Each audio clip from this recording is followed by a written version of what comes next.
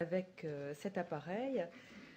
Donc, le travail avec l'Explorer, en fait, la particularité de mon centre à Bicêtre est d'être un centre où il y a beaucoup de maladies du foie de l'enfant. Donc, quand Supersonic est apparu sur le marché, on a commencé à tourner autour parce qu'on s'était dit que pour l'élasto, etc., ce serait peut-être intéressant pour nos petits patients pour le foie. Donc, on voyait vraiment l'Explorer comme un élastomètre ou graphe, comme vous voulez. Et en fait, on s'est rendu compte que c'était un échographe tout à fait polyvalent. Alors, l'échographie en pédiatrie, on a de la chance parce que nos patients sont petits, donc les choses sont assez superficielles. On a une bonne résolution spatiale, etc. C'est plutôt assez flatteur. Le problème, c'est qu'un enfant, ça bouge, hein, surtout quand il est petit, qu'on n'a pas d'apnée, et puis que certaines structures sont extrêmement petites. Donc, on a quand même besoin d'une imagerie mode B de très bonne qualité. Alors, je vais vous montrer déjà dans un premier temps ce qu'on fait en routine, hein, au quotidien, pour montrer que finalement, on a quand même des images de très bonne qualité en mode B et en Doppler. Et puis, je vous montrerai un peu le résultat des travaux qu'on a fait en élastométrie sur le foie de l'enfant, et puis les premières applications de Doppler ultrafast qu'on a un petit peu envisagées. Alors, au quotidien, déjà, c'est un appareil quand même qu'on prend très facilement en main, qui a une bonne ergonomie. Et donc, on a travaillé avec la sonde microconvexe, la sonde linéaire 10.2 et puis la sonde curvilinéaire. Donc, vous reconnaîtrez les différentes sondes sur les images. Alors, rapidement, vous voyez, pour les ETF, hein, donc ça, c'est de la radiopédiatrie quotidienne. Et vous voyez qu'avec la sonde microconvexe, on a une analyse très bonne de l'ensemble de l'encéphale de l'enfant avec une profondeur d'exploration très bonne, hein, ce qui permet de bien voir les structures, notamment de la fosse postérieure.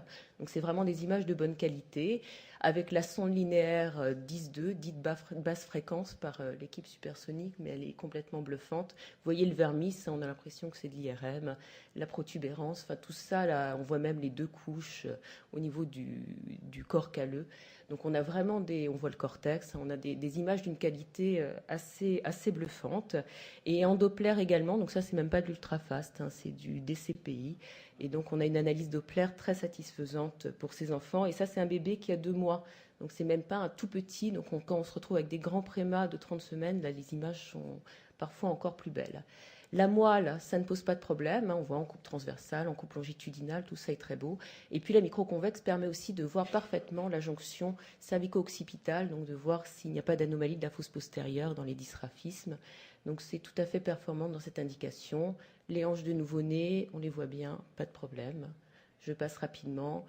Le digestif du nouveau-né, c'est parfait. Vous voyez la sténose hypertrophique du pylore, on voit l'hypertrophie de la musculeuse, le contenu gastrique, enfin, tout ça est très beau. Donc, c'est vraiment un appareil de routine sans souci. Et là, ici, avec la sonde microconvexe, vous voyez le balayage d'un foie de bébé tout petit, hein, de 2 mois. Donc la qualité d'image est très satisfaisante au quotidien. Un enfant un peu plus gros, une invagination intestinale aiguë, donc typiquement pédiatrique, qu'on voit très bien. On voit même les petits ganglions inflammatoires en Doppler très joliment. Plus intéressant pour l'appendicite aiguë, qui est un sujet là, qui va toucher une population un peu plus vieille, et éventuellement l'adulte. Donc ça, c'est juste un balayage que j'avais fait chez une enfant transplantée qui venait comme ça, puis je regardais ce que ça donnait avec cette sonde-là. Et donc, elle avait un appendice latérocécal que je ne cherchais pas, mais qui m'est complètement sauté aux yeux. On voit bien la différenciation des différentes couches. Et là, vous voyez chez cette petite fille de 4 ans, hein, donc parfaitement, le gros appendice pathologique, la graisse inflammatoire autour, l'analyse Doppler qui montre l'inflammation, le syndrome occlusif, donc ça, pas de problème. Plus intéressant, cet enfant de 12 ans, donc syndrome apendiculaire, mais qui était apyrétique, et qui arrive, donc qui est examiné par un de nos internes, qui était en difficulté, qui m'appelle, donc je vais sur un autre appareil haut de gamme, très performant, puis j'étais très ennuyée, en fait, pour conclure, je ne comprenais pas très bien ce qui se passait dans sa fosse iliaque, donc je me suis dit, tiens, je vais aller voir ce que donne l'autre appareil, et donc là, on voyait absolument parfaitement, hein, son appendice, qui était augmenté de diamètre, certes, mais comme on a une analyse parfaite de la paroi, on voyait que c'était uniquement la muqueuse qui était épaissie, et donc il s'agissait juste d'une hyperplasie des follicules lymphoïdes, et donc cet enfant a été traité médicalement et a évité le bloc opératoire. L'analyse vasculaire, nous, on a une grosse population de greffés hépatiques. Donc ça, c'est un lobe gauche d'adulte mis dans l'abdomen d'un enfant. Donc on a des épaisseurs d'exploration pour le foie qui sont équivalentes à celles de l'adulte. Donc vous voyez que le remplissage Doppler est tout à fait bon. Et ce qui est très utile pour nous au quotidien, c'est le fait que même en étant dans des conditions théoriquement mauvaise pour le Doppler couleur, ici perpendiculaire au faisceau d'ultrasons, eh bien on remplit parfaitement les vaisseaux et on voit très bien ce qui n'est pas un vaisseau. Donc par exemple une voie biliaire, même quand elle est très fine. Donc c'est très utile au quotidien. Ici, une dilatation beaucoup plus importante des voies biliaires. Vous voyez que la sonde microconvexe permettait de bien explorer tout le greffon. Et avec la sonde linéaire, on voit parfaitement les dépôts endoluminaux au niveau des voies biliaires. Donc finalement, c'est un appareil déjà qui permet de couvrir un peu tout le champ de nos applications, y compris les champs très particuliers de la transplantation hépatique, avec des performances bonnes, voire excellentes, dans certaines applications et avec certaines sondes. Alors ce qu'on aimerait bien quand même, c'est sur cette superbe sonde linéaire, avoir ce qui se passe sur les côtés, parce qu'on est un peu frustré quand on voit les belles images au milieu. On voudrait bien que le champ soit un peu plus large. Alors je vais vous montrer ce qu'on a fait sur les applications un peu plus avancées, notamment l'élastographie sur le foie et puis le Doppler ultrafast. Alors le problème de l'élastographie chez l'enfant, c'est que la plupart des données de la littérature disent qu'il faut faire les mesures par voie intercostale en apnée. Donc vous imaginez que nous, ce n'est pas toujours possible parce que l'enfant bouge, parce qu'avant 5-6 ans, l'apnée, c'est très illusoire. Les espaces intercostaux sont fins, donc on n'a pas forcément la place de mettre toutes les sondes pour faire les mesures. Que quand nos greffons hépatiques sont des greffons qui sont mis en position épigastrée, donc parfois il n'y a presque pas de foie sous-costal, donc ça pourrait limiter les indications. Et on se demandait aussi si la consistance du foie pouvait varier avec l'âge, parce que nos chirurgiens nous disent par exemple que les foies de nouveau-nés sont très très souples. Alors on a fait une étude chez l'enfant avec foie normal, sans pathologie hépatique, et puis après une étude sur les foies pathologiques en corrélation avec la biopsie pour voir si on pouvait évaluer la fibrose hépatique. Donc l'étude foie normal, ça a porté sur une 50aine d'enfants d'âge variés, et on a regardé avec la sonde superficielle, la sonde curviligne, en intercostale, en épigastrique, en apnée, en respi libre, quand c'était possible, et on a regardé donc un petit peu les résultats. Donc déjà, on a pu dans tous les cas mesurer la dureté du foie chez les enfants. Les duretés moyennes étaient autour de 6,5. La seule chose qui influençait en fait les valeurs était la sonde, c'est-à-dire on a trouvé une différence entre la sonde haute fréquence et la sonde curviligne. J'y reviendrai après, mais il n'y avait aucune influence de la localisation de la mesure entre épigastrique et intercostale et du fait que la mesure soit faite en apnée ou en respiration libre. Et quand on regarde le delta entre les deux mesures, en fait, c'est moins d'1 kilopascal. Alors après, il va falloir réfléchir, savoir s'il y a un impact clinique, peut-être faire augmenter la cohorte de patients sains pour voir si cette différence est aussi faible. Pour les patients avec une hépatopathie, donc on avait 48 couples en fait de mesures élastométriques et de biopsie hépatique avec un score Métavir fait sur la biopsie. Une population très hétérogène, donc avec surtout des transplantés et l'atrésie des voies biliaires, qui est une pathologie que l'on voit beaucoup dans notre centre.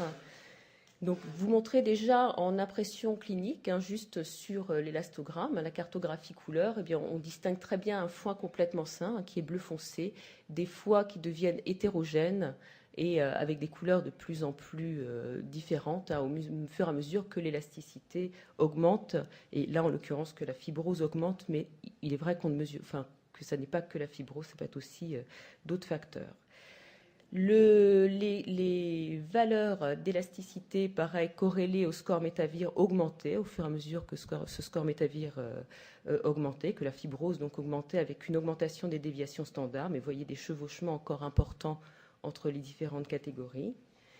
De manière plus intéressante, on a ajouté à cette population qui avait eu des biopsies notre population d'enfants sains pour augmenter le pool des F0. Donc d'une part, sur l'ensemble de la série, quelle que soit la question posée, est-ce qu'il y a de la fibrose, est-ce qu'il y a une faible fibrose, est-ce qu'il y a une fibrose modérée, est-ce que c'est une fibrose sévère, est-ce que c'est de la cirrhose. Plus de 90% des enfants étaient bien classés dans leur catégorie en fonction des seuils.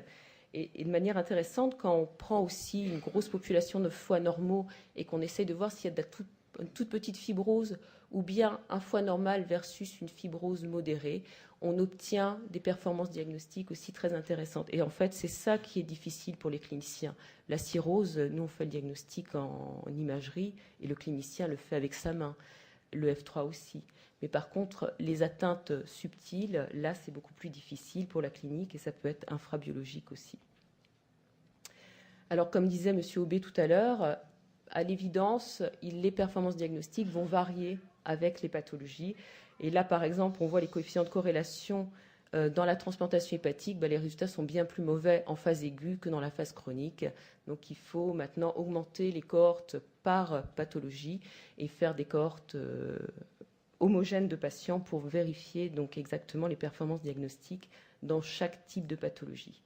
Alors, c'est vraiment des résultats qui nous semblent très encourageants pour la détection précoce des atteintes hépatiques, pour le suivi longitudinal, comme facteur pronostic peut-être dans certaines pathologies, le but étant d'optimiser la pratique de la biopsie chez les enfants pour éventuellement éviter des biopsies inutiles ou hâter certaines biopsies qui n'auraient pas été jugées nécessaires, mais pour lesquelles on voit que l'évolution de l'élasticité montre que quelque chose se passe, même si c'est infraclinique ou infrabiologique.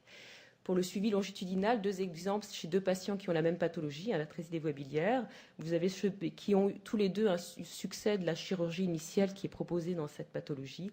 En fait, vous voyez ce bébé, donc à l'âge de 2 mois, qui avait une biopsie hépatique, donc qui avait une fibrose déjà évoluée avec des valeurs d'élasticité élevées, une carte très hétérogène, que l'on retrouve à 2 ans avec des élasticités très élevées, une cirrhose très évoluée qui a été transplantée quelques jours après cet examen. Un deuxième patient, même maladie, qui à 11 mois a des élasticités basses et qui à 3 ans a toujours des élasticités normales. Donc ça pourrait être un facteur pronostic initial aussi pour savoir si ces enfants sont ou pas exposés à développer une forme sévère. Alors les premières impressions en Doppler ultrafast, c'est par exemple cet enfant transplanté hépatique, 2 ans, plein de vie comme disent les parents, donc il fait le tourniquet sur la table d'échographie. Donc là on pose la sonde, on fait le Doppler ultrafast, il continue à faire le tourniquet et nous on fait les Dopplers à côté. Et donc on ne perd pas un quart d'heure à essayer d'avoir le spectre artériel qu'on n'arrive pas à attraper et on l'a très rapidement. Là, un nourrisson de 2 semaines qui n'avait rien demandé à personne, qui devait avoir une écho pour autre chose, et donc on a quand même fait le Doppler ultrafast sur le rein pour voir ce que ça donnait. Et de la même manière, on a un beau spectre veineux, un beau spectre artériel, donc qui pourrait être utile dans certaines pathologies. Ici, une masse sous-diaphragmatique de diagnostic anténatal, hyper échogène. Un des objectifs, ça va être de voir s'il y a un vaisseau, une artère d'origine systémique qui puisse nous permettre de dire que c'est une séquestration pulmonaire, qu'il faut juste surveiller ce bébé. Donc on arrive on arrive à avoir un spectre en Doppler standard, et en fait en mettant le Doppler ultrafast, là on voit beaucoup mieux les vaisseaux, et puis on arrive de la même manière à montrer notre artère, donc ça peut aussi faciliter l'examen. Un bébé qui se présentait avec un petit hémangiome sous-cutané, donc on voyait en Doppler conventionnel les vaisseaux aller dans cet angiome. On a branché le Doppler ultrafast, donc on voit beaucoup mieux le pédicule nourricier. Il y a tout un fouillis ici dans la petite masse sous-cutanée. Alors, est-ce que c'est des artefacts? Est-ce que c'est vraiment quelque chose? Donc, lorsque l'on a mis les fenêtres Doppler pulsées dans l'artère nourricière, on voyait très bien que c'était l'artère nourricière. Et en mettant les petites fenêtres dans le fouillis superficiel, on voyait que c'était aussi des spectres artériels. Donc, ça n'était pas de l'artefact, mais vraiment les petits réseaux artériels qui est très classique dans ce type de lésion sous-cutanée. Donc ça pourrait aider aussi à mieux caractériser les lésions. Donc le Doppler ultrafast, c'est vraiment un gain de sensibilité. Donc c'est intéressant pour les petits vaisseaux, peut-être pour les testicules, parce que parfois chez les tout petits, on a vraiment du mal à voir les spectres dans les testicules. Ça peut peut-être aider aussi à voir mieux la caractérisation vasculaire, parce que c'est une lésion plutôt veineuse, plutôt artérielle, mixte, à caractériser certaines lésions. Et puis, les acquisitions très rapides, c'est quand même très pratique pour les artefacts cinétiques auxquels nous, on est très soumis, soit parce qu'ils sont polypnéiques, soit parce qu'ils bougent beaucoup. Et c'est sans doute un gain de temps potentiel dans notre application pédiatrique. Alors, voilà, l'échographie ultrafast en pédiatrie, certainement, parce que ça a une bonne qualité en mode B et en couleur et en Doppler, donc ça permet vraiment de faire toute la routine pédiatrique, que l'élasto paraît très encourageante pour le foie, qu'il y a sans doute d'autres applications à développer. Le cerveau périnatal, il y a l'équipe de Robert Debré qui travaille là-dessus. Et puis le Doppler ultrafast, c'est certainement un gain de temps, c'est probablement un gain de sensibilité, et peut-être que ça peut permettre de mieux caractériser notamment toutes ces lésions sous-cutanées qu'on a parfois évaluées chez les enfants. Voilà, je vous remercie beaucoup.